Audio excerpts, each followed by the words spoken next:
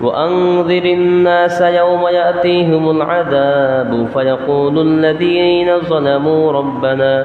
ربنا أخرنا إلى أجل قريب نجب دعوتك ونتبع الرسل أولم تكونوا أقسمتم من قبل ما لكم من زوال وسكنتم في مساكن الذين ظلموا أنفسهم وتبين لكم كيف فعلنا بهم وضربنا لكم الأمثال وقد مكروا مكرهم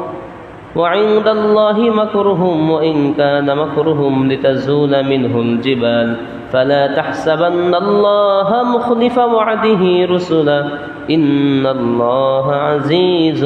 ذو انتقام يوم تبدل الأرض غير الأرض والسماوات وبرزوا لله الواحد القهار وترى المجرمين يومئذ مقرنين في الأصفاد سرابيلهم من قطران وتغشى وجوههم النار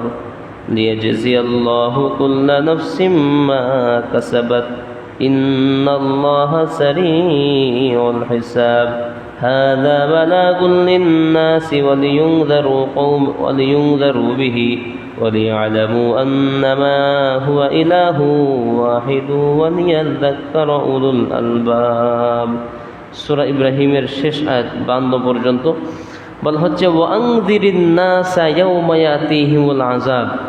যে নবীকে ডেকে বলছেন আল্লাহ তাআলা যে হে নবী, আপনি মানব মণ্ডলীকে ভীতি প্রদর্শন করুন, সতর্ক করুন সেই দিন আসার পূর্বেই বা সেই দিনের ব্যাপারে যেদিন ইয়াতিহিমুল আযাব, তাদের কাছে আযাব বা শাস্তি উপস্থিত হবে, অর্থাৎ কিয়ামত দিবস। ফায়াকুলুল্লাযীনা যালামু,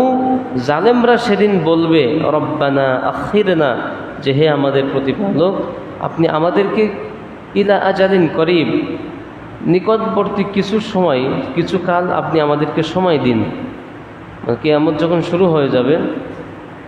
তখন জালেমরা অর্থাৎ অপরাধীরা বলবে যে হে আল্লাহ, আপনি আমাদেরকে আরও কিছু সময় দিন যাতে করে আমরা সৎ কাজ, সৎ আমল করে আসতে পারি। নজিব দাওয়াতাকা, আপনি যদি আমাদেরকে আরও